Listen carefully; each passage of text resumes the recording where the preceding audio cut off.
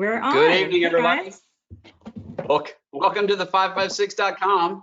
My name is Matt Kilgo. I'm going to be one of your hosts tonight. Tonight, we're going to have a great program. We're going to talk to some gunsmiths about maintenance issues. If you're a new gun owner, what are maybe some things to do with a firearm, maybe not to do with a firearm. We're going to take a look at some work that some of them have done, some of the great things that you can do with a pistol or with a rifle or with a shotgun. And then afterwards, Mariana's going to host a party where we're going to all have a drink.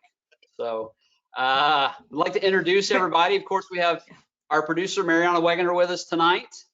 We have Todd Hyatt, who is an armorer at Glock in Smyrna, Georgia. He's coming to us from his mountain hideout nearby in Atlanta.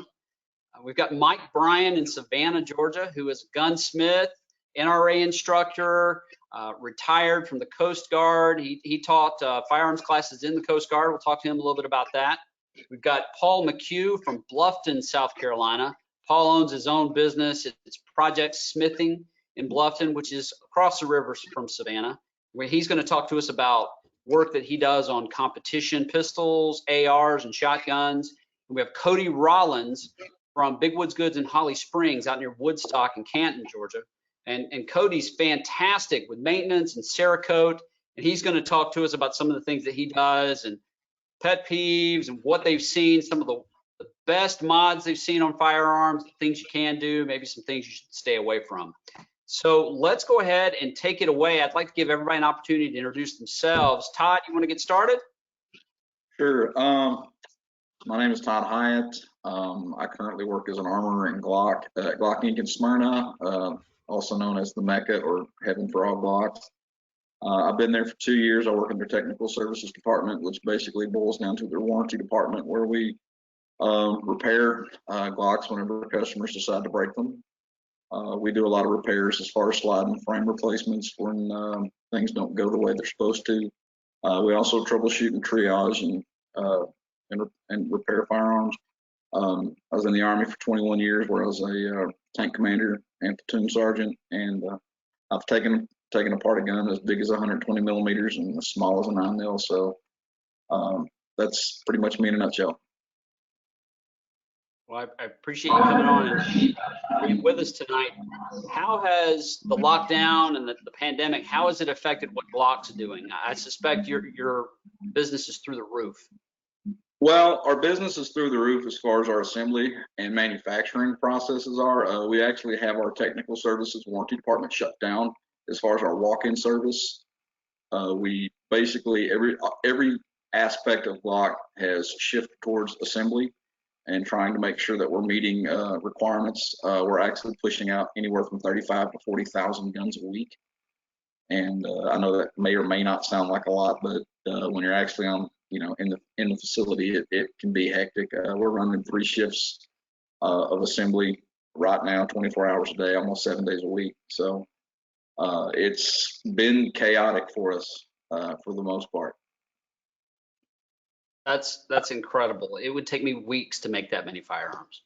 Yeah, it'd take a long time. But like I said, we're pushing out 35 to 40,000 a week, and we're still not close to our orders and demands. So we're busting our butts to try to get it all done, and it's been chaos. It's gonna be an early Christmas at Glock household. That's good. Are you guys making like mostly 17s, 19s? Is it just a range of a little bit of everything? Believe it or not, we're making a lot of 19s. We're making a lot of 43s, 48s, 43Xs. Basically, the only thing we're making right now is 9mm because that's what customers are asking for, and that's what we're making. Matter of fact, I've been on the assembly line for the last couple of weeks helping out, and we actually pushed out like over 1,000 43s today alone, just on my assembly line. And for those that may not be did you say 1,000 today? Yeah, well, in 8 hours, yeah. That was just one line. There's 3 or 4 lines, and yeah, one line, 9 people, 1,000 guns. And for those who may not be the most initiated in Glocks, when you say a 19, that's the standard compact size 9mm, correct? Correct. And then the 43 is the subcompact. And in the past year and a half to 2 years, Glock's come out with a whole host of varying sizes of 9mm, right? Right. The 43 is actually one of our slimline guns. It's actually a single stack slimline. It's our introduction to a pocket pistol. It's a 6-round 9mm, and we've been pushing those out as fast as we can get them made. That's amazing, amazing. That's a great way to get us started. Let's go to Mike Bryan in Savannah. Mike, retired Coast Guard, NRA instructor. You're a gunsmith now. You also work with US LawShield. And full disclosure, I'm a US LawShield lawyer. I think many of the panelists tonight are connected with US LawShield. I'm sure Mike's going to talk about them here in a few minutes. Working with firearms in the service, in particular with the Coast Guard, are there any special maintenance issues that come along with taking guns on boats? Oh yeah, because we're working in an environment out in the ocean, so salt water is not metal's best friend. So, we have to definitely maintain above and beyond, and take everything apart, the small arms, take them apart. But I was a fire controlman in the Coast Guard, so I also worked on the big guns. We had the Sea Whiz, and then we had 76mm 3-inch that I worked on as well. And so, yeah, that salt water really can corrode some metal. Well, that Sea Whiz, that's the big 30mm Vulcan cannon, right? That's right. You got one of those in the backyard, don't you? Well, tell us kind of, what are you doing these days? What takes up most of your time? Now, LawShield is keeping me busy. I'm visiting all my facilities here in Georgia, and I just did a table over at Thunderbolt Guns this morning, and talked to people over there about LawShield. The way things are going these days, you're more likely to have to defend yourself against some crazy out there. I mean, they're letting people out of jail, and it's just, you just don't know who you're going to run into. So, with US LawShield, if they ever have to defend themselves, then of course, if they're in Georgia, they've got you, Matt, to take care of them. And yeah, that's pretty much what I do every day, is visit my facilities and make sure that they have all the materials they need for LawShield, and talk to the customers about LawShield and protecting themselves against our legal system. Well, fantastic, fantastic. Well, you try and keep Paul McCue out of trouble too, don't you, from time to time? Oh yeah. I'm over there quite often as well. Exactly, yeah. Constantly giving me grief, that's for sure. Let me throw it over to Paul. Paul, you do something a little different from both of these guys. You are a sort of a specialty shop, right? Sure. We tend to do a lot more with all firearms, okay? So therefore, a lot of what I do also is like shotgun work, because we do a lot of competition work and so forth. So I do a lot of fitting for shotguns. I refinish the stocks. I can alter them. We do things such as comb adjusters, recoil pad adjusters, recoil management, like gray coils, things of that nature to help people so that shoot, because with shotgun you can do 200 rounds in an afternoon very easily, and that can add up after a while. Pistols, we do a lot of alterations for pistols too, but we try to keep that to a minimum, because obviously curb feelers and coffee makers and a GPS system don't help. Okay, so let's keep it simple when it gets down to doing those things. But then on rifle, the same thing. We want to try and keep it as simple as possible, because you really don't want to tote around a rifle all day unless you're getting into something like a bench rest gun, which is a completely different situation. So now I can set you up there with your scopes, your triggers. I can also do the stock work once again, too, to get you in the right location, so that way once you're in the gun, you can stay in the gun the way you need to. Okay, you're not constantly having to fiddle with, okay, am I getting the correct eye relief on my scope so it's not like eclipsing on me on the sides. Then outside of that, like I said, I refinish stocks too as well, because God knows the number of people who drop them, basically just on the route around the sporting clays course. So we've done a lot for this place next door over here, Palmetto Bluff, as well as some other places in Savannah too, as well. Yeah, so we try to do a lot of different things. So we're heavy into the maintenance on all disciplines. Plus, I also teach people too. I'm a level 2 instructor for sporting clays. Also, we do advanced handgun work, and I'm a SO too as well for IDPA, which I think is one of the best ways to go out and sort of do a practice run on how you would react, okay, in certain situations or scenarios which we set up for you. With that, in this case, let me stop you there, Paul. A lot Sure. of us who are listening, or a lot of those who are listening, may not know what IDPA is. You're a competition sorry? shooter yourself, correct? Yeah, exactly. Yeah, and Chief Safety Officer for IDPA, which is International Offensive Pistol Association, and it's based on concealed. Yeah, it's a competition based on concealed carry. So you're kind of limited in the number of rounds you can carry and how much stuff you can carry and where it's located too, because like USPCA, you can carry a ton of stuff. You can move it all up front with you too, have magazines 20 feet long, you know, the number of things that are different about it. Here it's more like you have to draw from cover, okay? And you have to maintain a magazine that has extra rounds still left in it, including if you have a live round in the chamber, you cannot drop an empty magazine on the ground. You still have to retain it. So there are just some certain things that are more stringent about shooting IDPA than shooting, say, USPCA. At that. And it's actually international, too. You can shoot this in the Philippines, Poland, Italy, a number of other places. I think Venezuela used to have a team, but I can't swear to it where they are now. Well, so it sounds like IDPA is a little more of a real life situation or situational awareness type of shooting than your standard competition. It is, and it gets you a little bit closer to getting a stress level because you're timed, and the whole scoring system is based on time. So obviously you're trying to do your best to keep your time down. Your scoring system's based on time, whether you add like a second, 3 seconds, 5 seconds, things of that nature to it. So that's the only way you can actually add stress to a situation like that without somebody actually shooting back at you. Okay, so in this case, we get shooters. Our youngest was like 9 years old, and our oldest was in his 90s. Okay, so we get people of all spectrums. We have husband and wife teams who shoot together, that kind of thing. And it's set up, too, where you have master class all the way down to, like, unknown or novice. And that way you can shoot at a level you feel comfortable shooting. It's not like you have to compete against these other people. At that. And many of them are very approachable, especially master class. They give you a lot of really good ideas, suggestions on what to do, how to practice, and so forth. But it's a good time, and of course you're hanging out with probably anywhere from 70 to 100 of your best friends. That sounds fantastic.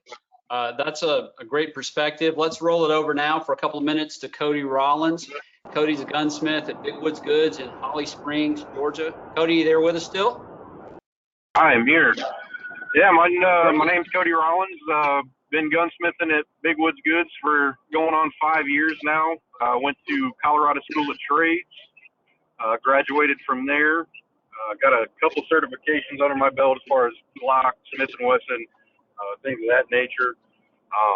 We do a little bit of everything at the shop, specializing in Cerakote and CZ trigger kits. Cajun Gunworks, been putting a lot of those in here recently, but we do just about everything other than lathe work and mill work. Well, I can tell you, folks, from experience, I've known one of the owners at Big Woods for probably 10 or 15 years, just being in the legal. He's also in the legal field, Romuel Martinez, and I think he's listening, so I should definitely give him a shout out. But I think I've known Cody since about the time he started working at Big Woods. That's the very first place I bought my very first AR there. Very basic, and Cody's done some work on that for me. He does fantastic Cerakote work. As a matter of fact, I think Mariana's got some photos that she'll flash up here in a few minutes. He put together, that is a special work there on a Beretta M9 that I picked up not too long ago. I took it to Cody. I said, Cody, do whatever you want to with this thing. He's like, well, you want a color? I said, no, I don't want to know what's going to happen. I just want you to pick and I want you to do it. And he did this fantastic stealth multicam print on it that's amazing. He did some great work on a 300 blackout pistol for me. He did it sort of in a Vanta black. It doesn't really reflect light, but he did just that's actually got 2 barrels. It's got a 300 blackout and a 5.56 barrel. And then he did a Canik, a TP9 for me, one of the Turkish pistols. My kids love to shoot it. It's easy to shoot, and I particularly like it because the sights have a post on the back. I am right-handed and left-eye dominant, and so I've been working the past several years to shoot with both eyes open. And that if I line that little post up on that back sight with the front sight, it makes it so much easier. I sent that to Cody. I said, I even got the work order out the other day. It said some form of black. And what he did is he did it sort of a dark battleship gray, and he just some amazing work. Cody, what's your favorite part about working out there, Big Woods? A little bit of everything, man. I mean, I get to gunsmith. I get to talk to customers and actually sell guns and talk to new gun owners that come in. So I get to do a little bit of everything. So it's hard to really pinpoint one thing that's stand out other than the other. But I definitely love doing the Cerakote for sure. Get to hide back in my room for a little while. Don't get to talk to anybody and put it all together. It's fun. Well, we've got a whole host of experience here. Everybody comes to the maintenance issue and the gunsmith issue from a little different area. Mariana, have you got any questions? Where should we start with these guys? Well, I think we should start talking about some of the basics, like how, guys, what do you think is the best way, or how often rather, should we be cleaning our firearms? Todd, let's start with you. Well, I mean, I'm an old school military guy. I think every time you shoot it, you should clean it. But it doesn't have to be always a thorough cleaning, but at least get the schmutz out and get the garbage and get the carbon out and things like that. And just you don't always have to do a detailed, in-depth, break it completely apart to clean it, but at least wipe it out and make sure that it doesn't seize up on you if you actually ever do actually need it. So that's. I 100% agree on that. So Yeah, how that's many rounds? one thing that I always tell people. I mean, whether you shoot 100 rounds or 50 rounds, or just take it apart. I mean, even if it's just removing a slide from a frame and just wiping it out and running a bore snake or a brush through the barrel just to kind of wipe it out. That way, nothing's setting up and getting hard and on the components to make it not function. Now, Paul, when we discussed this a few days ago, you had some very specific rules that you follow in terms of rifles versus shotguns and semi-automatics. Sure, and a lot of that has to do with how much you shoot it. Now, I agree with Todd, that once you get done shooting, you should bring the thing home, basically bore snake the barrel, take like your old toothbrush, basically, and sort of clean off the breech face, the extractor areas. You can pull the slide off and clean underneath, especially your feed ramps and so forth. But when you get into detailed, like deep cleanings, like normally pistols, we say, anywhere between 2,000 and 3,000 rounds, you need to go ahead and tear the gun down and like clean it. Rifles, anywhere from 1,000 to 2,000 rounds, okay? Depending upon the amount of use you use on it. Shotguns, you can get into 3,000 to 5,000 rounds. But a lot of this is also subject to don't over-oil your gun, okay? Because that collects every bit of grime and dirt there is that you can possibly conceive of. And if you're shooting ammunition that's dirty on top of that, then you get even more and more stuff, trashing out the inside of your gun. AR-15s are a perfect example of that because you're siphoning off some of the gases that's pushing the projectile down the barrel and then using that to drive the bolt. So you're basically blowing a lot of smoke and dirt and grime, unburned powder back into your bolt. So obviously try and keep that as high as possible. Impingement system, right? I'm sorry? That's what, when you talk about a gas system or direct impingement system for an AR, that's what you're talking about. That's correct, yes, the impingement system there. So that's why we say, in this case, just a little bit of oil basically on the glides for the actual bolt carrier. Just a little bit there is all you need so the thing can run back and forth. If you get oil all over the inside of the upper receiver, now you're going to have grime everywhere, and the thing after a while is going to stop functioning properly because of that. Okay, that's good to know. It's very good to know. Mike, what do you think? Yeah, I completely agree. One tip I want to just kind of throw out there though is if we've got some new shooters listening to us tonight, and they're not very rehearsed with the solvents and the cleaners and stuff, please do not ever use WD-40 on your firearms. Please. Agreed. People Please actually don't. do that? Yes. Yes, people do all the Really? time. Yeah, all the Okay. time. That is Since we're the worst thing that you can do. Hmm. Okay, since we're talking about bad cleaning choices, I saw on a gun board one time how someone was using one of those ultrasonic jewelry cleaners to clean Yep. some of their firearm components. Good idea or bad idea? Wonderful idea. Absolutely Really? wonderful idea. You need to be using the correct type of solutions in that. But I actually have one in my shop, for what I do, as my profession. That saves so much time being able to just take a bolt carrier group apart and dunk that thing in there for a little while, pull it out, wipe it off, oil it up the way it needs to be oiled, and then putting it back together instead of sitting there scrubbing it for 45 minutes. Makes things way easier to do it that way. Let's make Basically, it clear there's though, we're not one talking more about a thing I need water to pick. buy. Sorry, go ahead. I was saying that's definitely not a water pick we're talking about. No, not a water pick, an ultrasonic cleaner. It's like a bath, essentially. Okay. All right. Very good. Yep. Very good. They work in a lot of good circumstances, and it's good just to soak them. So I do agree that that's a good thing. I use basically simple green to clean my guns. Basically, it works really well. It's non-toxic, so you don't have to worry about using something that's heavily toxic at all. But just one note about the WD-40. This is the only time I recommend it. Is if you drop the gun in water and you submerge it. Then pull the thing out, because I have a lot of duck hunters and so forth, people who do a lot of waterfowling. I just tell them, look, take WD with you, spray it on there, because basically WD is like a water displacement, is what it stands for. So get the water off your gun, wipe the gun down, then re-oil the thing again. At least you get the water off the gun. That's the only time I recommend it. And simple green's also great when you set your tent or your hammock up repeatedly in poison oak or poison ivy. I do that all the time. So every time we go camping, I take simple green. You just spray it on the body and wash it down. And well, probably the less said, the better about that. Let's see. Too much information, Matt. TMI. No, I get it. TMI.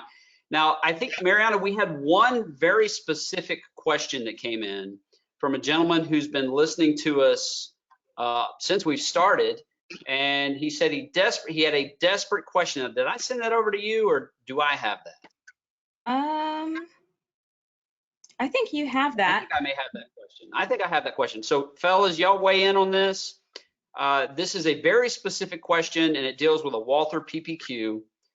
Can I shim the front sight on a Walther PPQ to change it from a 6 o'clock hold to a point of aim hold? Somebody, please tell me what he's asking.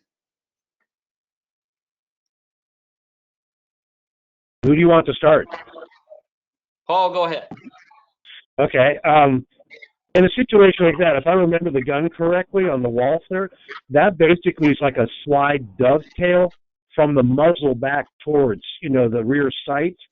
So you'd have to do some alteration probably to either the sight, which would be the suggested area. So in case you screw it up, you don't end up screwing up your slide, to raise it.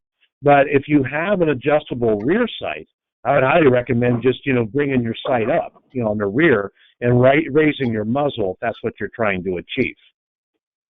Okay, and Todd, I think you had an opinion about this as well.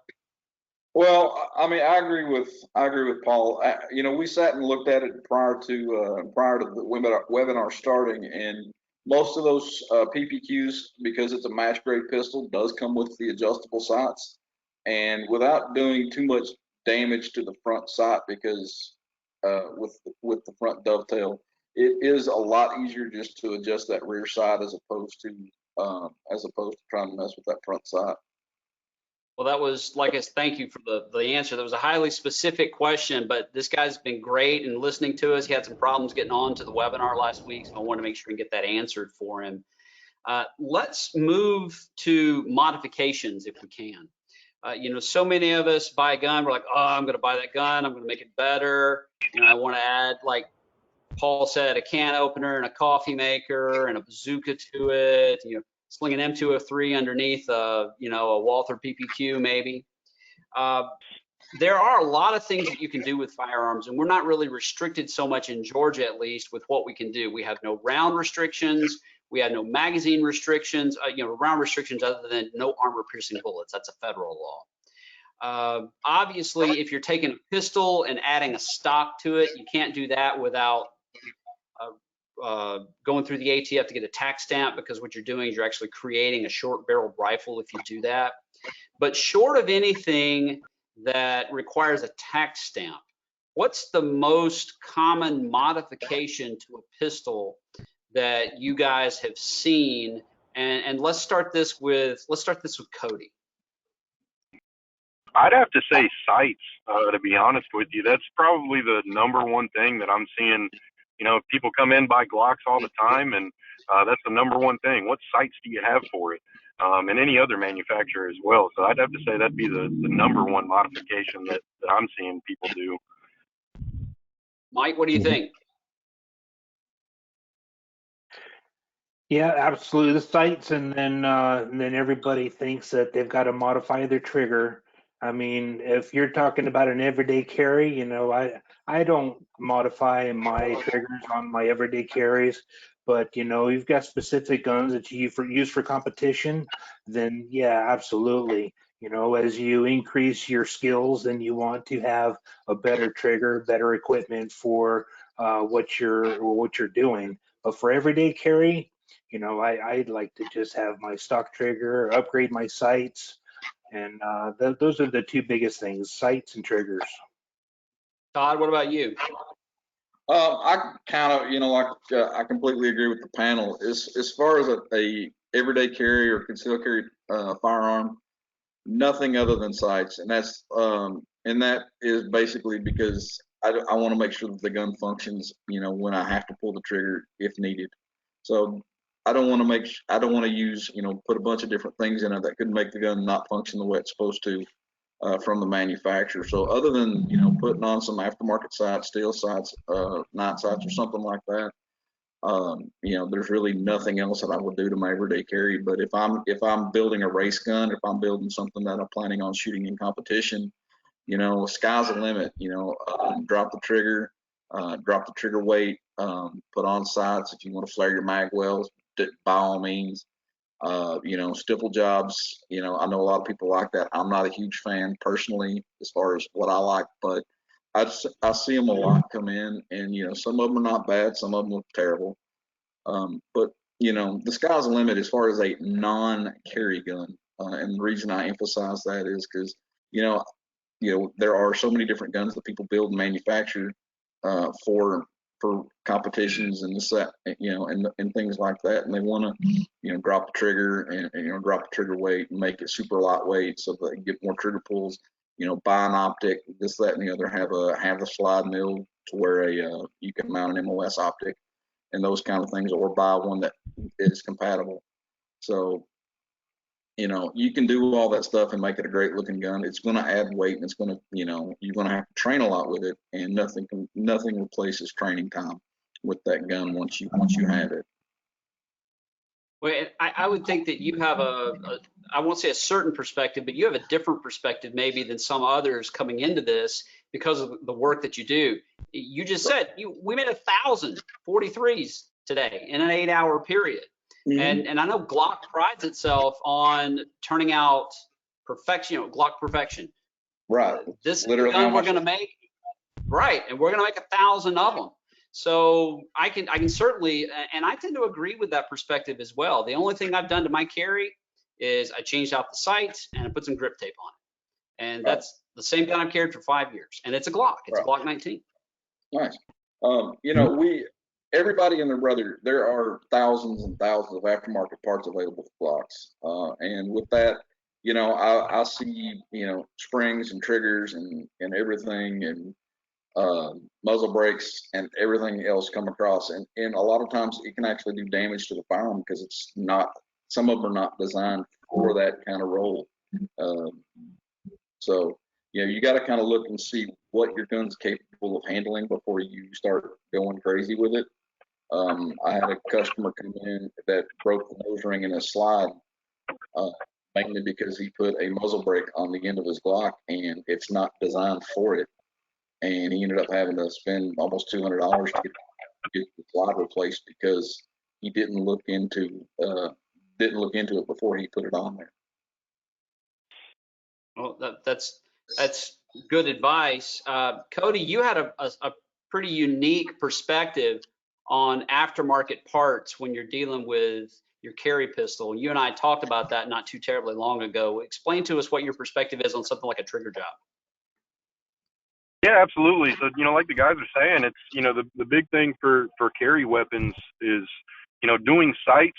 But the big thing that I like to tell people, especially new gun owners, is what kind of trigger job can I put in this? Do not put one in there. Well, why not?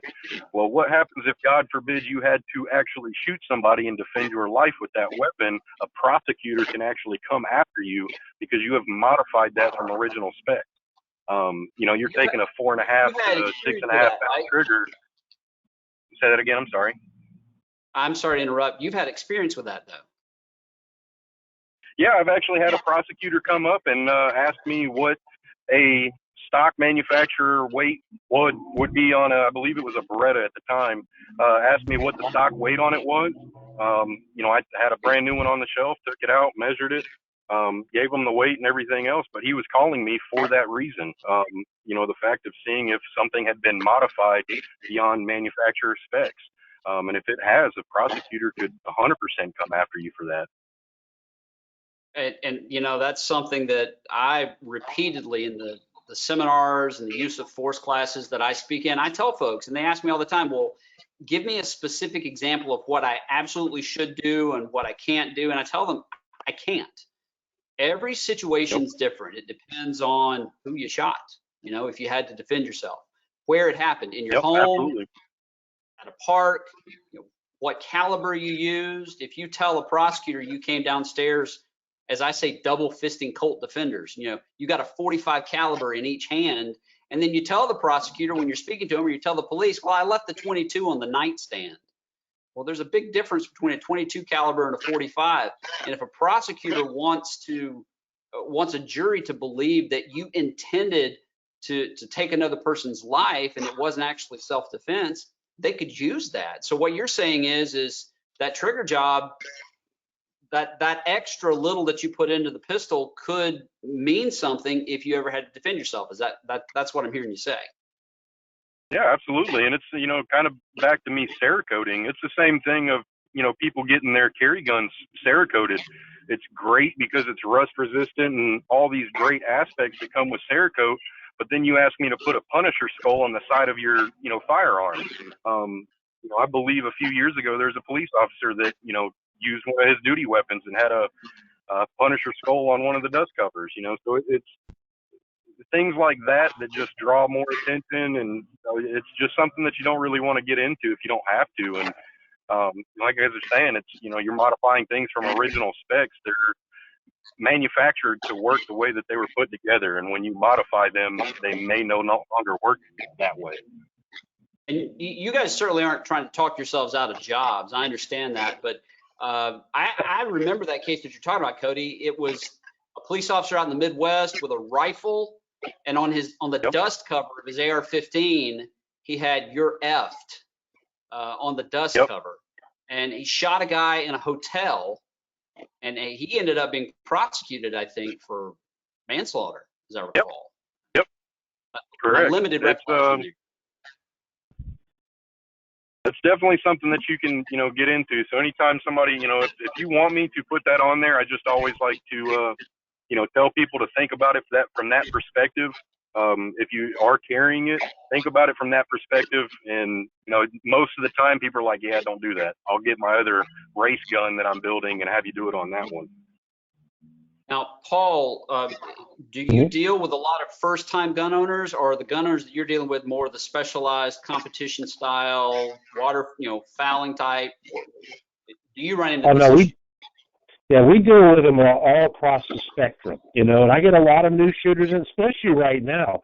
And I can tell Todd, I think I know where 29,000 of those guns showed up here this week. It's like, holy cow, the panic buying has been incredible. Okay, and a lot of new gun owners are definitely, coming in right now and picking up their firearms. And I do a little 15-minute for free dissertation about what they have.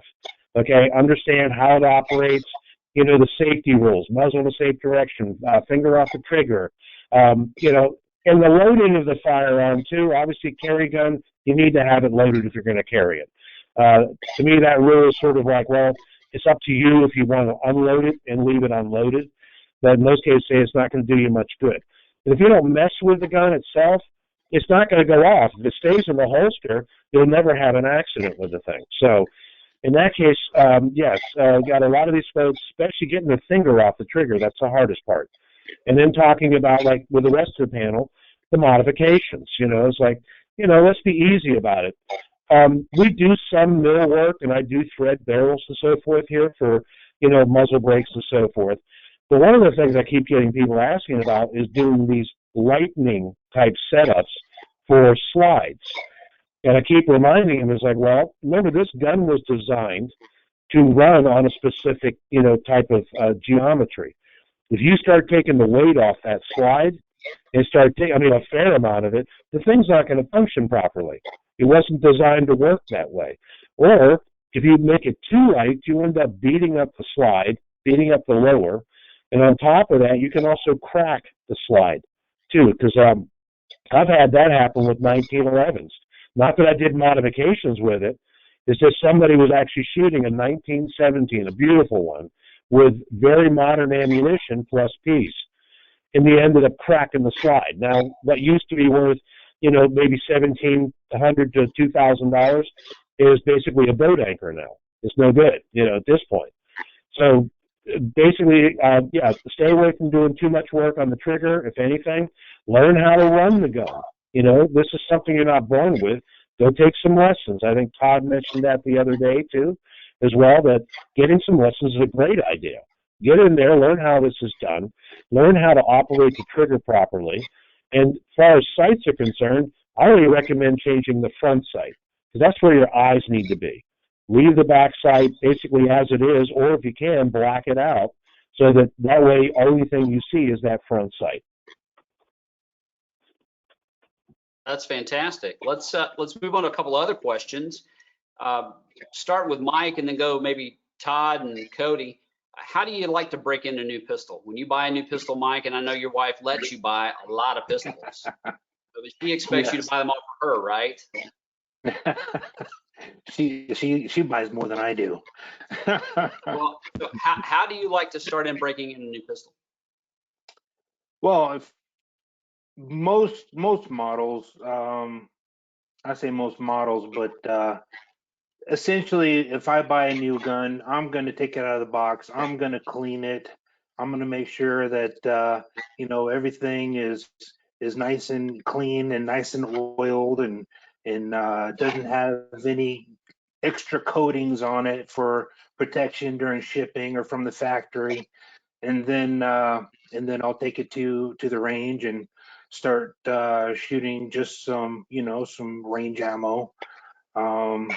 Maybe a couple hundred rounds, and depends on how much time I have. But then I'll make sure that if it's a gun that I'm going to be carrying, then I'm going to make sure that the defensive rounds that I have are going to function in that gun. And if they don't, then I'll search around for different ammunition that it does work for that. So that's a point that we keyed on last week, is when you go to the range, don't just take range ammo. You're going to have to splurge every once in a while and purchase some, we'll say, just for saying a type of brand, some critical defense or some critical duty, some jacketed hollow points. Use what you're going to use when you need to use it, so you become familiar with it, because your firearm is going to respond differently to specialized ammunition like that. I say specialized, but ammunition that you're not going to use every day than it would with just some range ammo. What do you think, Todd? Well, I completely agree with you, and I sadly do a lot of the same things that Mike does, except usually, bad part is when I usually get the gun, I usually take it completely apart just because I like to. But I take it apart, clean out any and all, packing lubricants and stuff, just make sure that it's cleaned and ready to go. And then obviously I'll lubricate it with what I choose to lube with, which is CLP, believe it or not. It's been tried and true for me for 20 years, so I just stick with it. But for the new gun owner, tell them what CLP is. CLP is basically it's a lubricant. It stands for clean, lubricate, and protect. It's basically been a staple for the Army for almost 100 years. But you can buy it about anywhere. There's 100 different companies that manufacture it. There's an extreme CLP that Lucas makes that I use in the shop every day. But I do, once I lube it, I'll take 2 or 3 boxes of ammo. Usually both, ball ammo and hollow point ammo, carry ammo, especially if I'm planning on using it as a carry gun, like Mike said, and, go out and shoot it, see how it reacts, make sure that it's going to feed what I buy, or find out what kind of ammo that it likes. Not all guns like all ammos. You'll find that with any and every gun that you buy, that it'll like some ammos better. So find out what it likes to eat and keep feeding the beast. But that's usually what I'll do whenever I'm taking a new gun to the range. Well, that brings up a good point. In this day and in this time, guns themselves are hard enough to find. I know from experience that it's been really hard to find certain particular calibers of ammo. You can't. It's still kind of hard to find 9mm or 5.56. I tell folks I always make sure I've got a 30 carbine or a 6.5 Creedmoor lying around, or maybe a 243 Winchester, because there aren't as many people holding on to those types of rifles or pistols as there are 9mm. A lot of folks lately have had to buy steel cased ammo. Do any of you guys have big opinions on steel cased versus brass? Let's hear from Paul. Yeah, in this case I do. I'm not a big fan of steel cased, only because most extractors aren't built for that. You end up destroying the extractor after a while, the claw itself. Now, like the AK-47, it's got a massive extractor. It can handle the beating that it takes on that. And, of course, that gun is designed around shooting a steel case. But if you come here and try to shoot like a Mini-14, an AR platform, anything like that with steel casing, eventually your extractor is going to pay the price.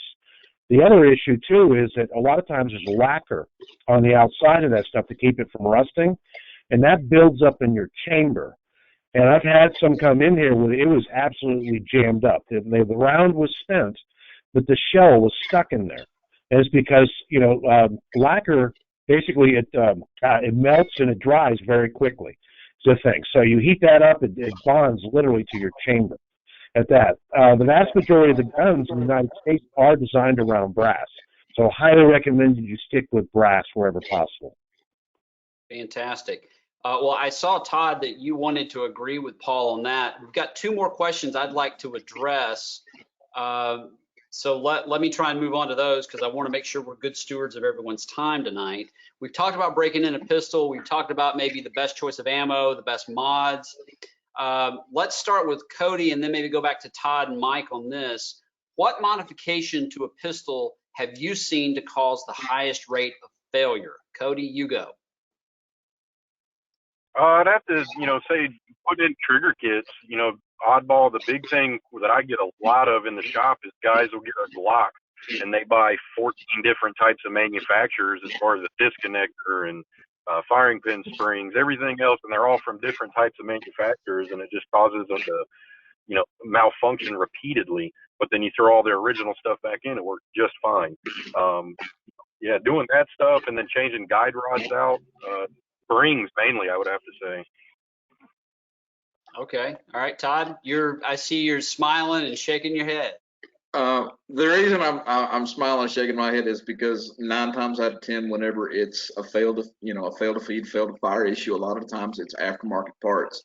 A lot of times, guys will go out and buy a ghost connector for their Glock, and there's 2 different types. There's one that has to be fitted, and there's one that's a drop-in. And a lot of times they'll buy the fitted one, and basically, if you don't cut the part off to fit it, it won't function. Basically, the gun won't reset, and they'll send it in, hey, my gun doesn't work anymore. Or they'll buy a super lock trigger spring or a firing pin spring, and it basically won't cycle because the spring doesn't have enough tension on it to actually cause it to cause the striker to hit it with enough force to make the bullet go bang. So I see it a lot of times, and then my gun won't work. Can you fix it? And I'll either hand the customer a baggie of aftermarket parts and say, this is why your gun doesn't work, or we'll ship it back to them with the little baggie with their aftermarket parts and put it back to factory specs before we ship it back to them and we test it. So I completely agree with Cody. A lot of times, less is more. I understand that you want a cool racing gun and you want to put a Z trigger or an Apex trigger in it, and then you want to put a ghost connector in it and buy a nice titanium recoil spring. A lot of times it won't function because Glocks are not necessarily designed to run with a solid steel or titanium guide rod instead of the polymer and steel ones that we currently use. So, I see it a lot. A lot of times that's what we have with issues at the shop. So it's sort of dance with the one that brung you, right? Pretty much. Glock stands behind its reputation. Keep them stocked, for the most part. And, they do make guns with 4.5 pound triggers for competition purposes, but they want you to they're not saying that they want you to keep it stocked, but if it doesn't function, it's more than likely because of the parts that you put in it. Well, I know Yeah, actually, there's one person. I Go ahead. I had No, Todd go ahead. actually look at. I had Todd look at a Glock modification that was in my possession for a while, and it was a modification that was done by Agency Arms, and it's close to probably valued at what, 2,400, Something like that. 2,500, just for the modifications. And I couldn't get it to. It kept getting a failure to feed, and couldn't figure out what was wrong. And I think we determined it was the spring was wrong, right? Yeah, it's got an aftermarket guide rod, and it's not cycling properly. So more than likely, you switch out the recoil spring, and it'll function. I mean, it's got a aftermarket slide, so it could very well be the slide, but more than likely, it'll still function with that slide with a Glock factory recoil spring. Yeah. What I was about to mention is the fact that I know one person on this panel recently purchased a new Glock, the Glock 34, who may wind up having some work done on that, right? Mariana, what are you planning on doing with that Combat Master? Okay, so I bought the Glock 34 because I wanted to start getting into competition shooting, and I'm a girl who likes a long barrel, and so yeah, the 34 was a great choice, and I love shooting it. So I bought it, I guess, about a month ago or so, and haven't had any range time to really break it in yet. But the first thing I noticed, because I'm used to shooting SIGs, is my go-to, and it's usually a single action short reset trigger. So for me, the stock Glock trigger is a completely different beast. And I had been advised to maybe consider starting in the Glock sport shooting competition league, and one of their rankings is a stock Glock division where there's no modifications allowed. So that's my goal. I just have to kind of see what happens from here on out. It's a very lucky for us. Lucky for us, we all know someone who probably would be able to help you. And getting back to the whole dance with one who brung you, if you do want to make some modifications, find a gunsmith. And if you need a recommendation, I know a guy or 3 or 4, or I mean, there's a few on here right now. we did have a couple of questions come in. Late to sign in. Will I be able to hear the webinar after to hear an answer? Yes. There's a gentleman who just signed in. There's another gentleman who had the same exact question about the PPQ. And we did answer that question. And as soon as we can get this downloaded, we'll be sure and send that information, send the webinar over to you so we could do that. But Mike, this question came in, and I want to kind of kick this back over to you because this is a straight up LawShield question. And again, full disclosure, I'm a LawShield lawyer. I believe in the program, been working with them for 6 years now. The question is, what is the difference between LawShield and US CCA? Can you answer that? Sure. The biggest thing is we're not an insurance company. We're a membership company, okay? We've got over 460,000 members nationwide. And so when our members have an incident and they call the number to reach out to their attorney, their independent program attorney, then, that's between them and their attorney, okay? LawShield takes care of, paying all the bills and our members don't ever get sent another bill. That's the biggest thing.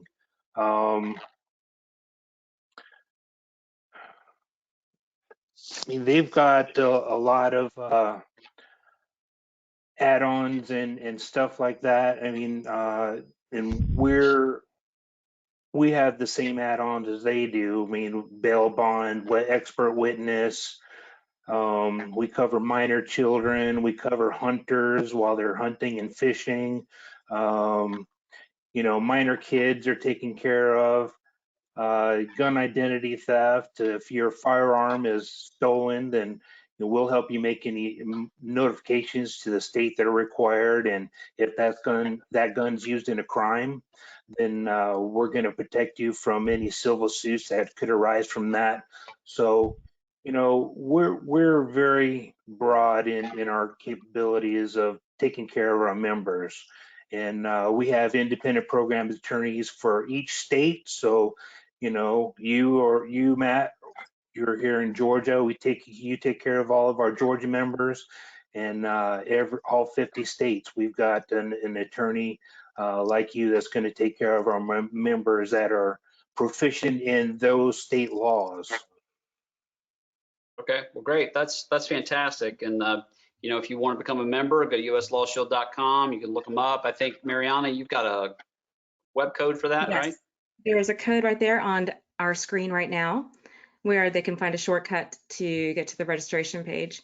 And one more question for Mike, actually. I believe as far as LawShield is concerned, I think you guys also cover service members who are either on duty or off duty. I think that would be one of the main program differences, if I'm correct. Yeah, so like law enforcement, or church safety teams where you're carrying a firearm in the line of duty. You're getting paid to carry a firearm. We're going to take care of you whether you're on duty or off duty, and you have to use self-defense for yourself or even others. So absolutely, we take care of our service members and our first responders, just like we do everybody else. Great, Excellent. great. Thank you, Mike. Anybody else, any parting shots? Todd, anything you want to say before we all sign off? No, I'm good. All right. Thanks for coming. Paul, what about you? You've been a great resource tonight. Yeah, no, obviously it's been great talking while everybody else here, the other panelists and so forth, and really appreciate the opportunity to get the word out to obviously handle your firearm safely, know what you have in your hands more than anything else, okay?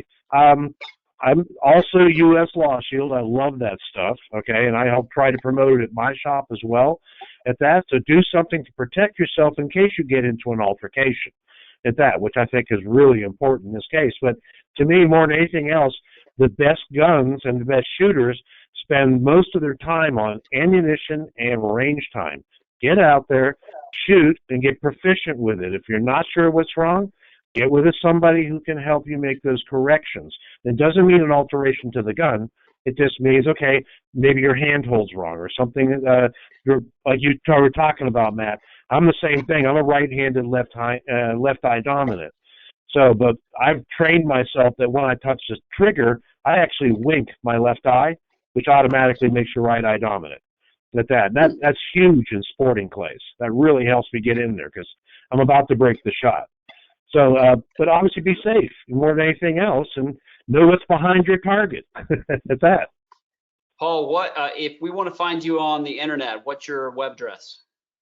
My web address is ProjX, which is PROJX, smithing.com. So it's projectsmithing.com. Fantastic. Well, thank you so much, Paul. Cody, any parting shots? What do you want to say before you leave? Yeah, absolutely. Yeah, if you have any questions or anything like that, you know, as far as modifications that you want to do to your gun, Cerakote, anything like that, come up and see us at Big Woods Goods if you're ever in Canton. And anybody at the shop, not just me, anybody's going to help you out as much as we can to make sure that you're doing everything, you know, that you're supposed to be doing, and staying safe while doing it. You know, that's the biggest thing, is to stay safe. And, you know, especially with all the new gun owners out there, it's important that everybody's taught correctly, so it doesn't give every gun owner a bad name. But absolutely, yeah, I appreciate you allowing me to come on here and talk a little bit, you guys. Absolutely. Maybe next time we'll even get you on camera. Who knows? And Cody, I was over. I don't know if the internet's ready. Cody, I was at Big Woods Goods yesterday, and I may have purchased a new firearm while I was there. And I saw that you guys are doing some renovations to the range. We're doing some renovations right now. So we kind of took advantage of the COVID-19 pandemic going on right now. So we're revamping everything in there, painting, doing all kinds of cool stuff. And we're hoping to be open pretty soon to get everybody, all these new gun owners, back in there with those free range passes to try their new guns out. Well, that's great. Well, you guys you put in axe throwing not long ago too, right? Absolutely. We did axe throwing. That's becoming pretty popular. We haven't advertised it so much yet, but I'm sure we're staying pretty busy with it. But I'm sure once we start advertising it a lot, it'll blow up. It's becoming pretty popular. Good, good. Well, thanks everybody for coming on. Mariana, direct us to our after party to we're going to Recoil. Direct us to Recoil. In your chat, there is a little note that tells you the link to our after party, and that's open to anyone that wants to join us. So right now, our attendees have been patiently sitting by and listening to us blather on about things and may have some opinions of their own. So you're invited to come and voice them and ask more questions or give us a hard time. So the link is in your chat, but basically you go to gotomeeting.com/join and enter in our access code, which is 772-072-845. And I'll also post that on their Facebook page in case you need to access it. Awesome, awesome. Well, thanks everyone for coming in tonight. Another great crowd. Every week we do this, we get a little bit better. I become more handsome every single time I get on camera. So please continue to come back. I won't ever be able to grow whatever this like, you know, like these two guys right here. But I hope to have all of them back soon. Maybe we'll all be wearing Glock shirts next time. I don't know. If I knew a guy. But next week, let me just give a quick shout out for next week. Next week's going to be really great. Also, we're going to have Todd Droege from Droge's ATA and Go to Firearm Safety, and we're going to have Dr. Rick Hamasfar. Dr. Hamasfar is a trauma surgeon, orthopedic surgeon. He wrote the book that SOCOM uses for their special forces paramedic training. And I probably just screwed all that up, but he really is a fantastic doctor. So fantastic, in fact, that I gave a seminar one night, and one of my seminar speakers had to have surgery. And so I called Dr. Hamasfar to come in and speak for him. Well, not only did he come in and speak for him, he had actually done the surgery on my other speaker that day. So he did the surgery, sewed him up, got him in bed, and then came out and spoke about guns and trauma. They're going to be fantastic. We're only going to have two guests next week because there's so much information to learn from these guys, both about trauma and about first aid, gunshot wound issues. Looking forward to it. I hope everybody comes back. Come meet us at the after party. Thanks so much, everybody, for joining us. Have a great weekend.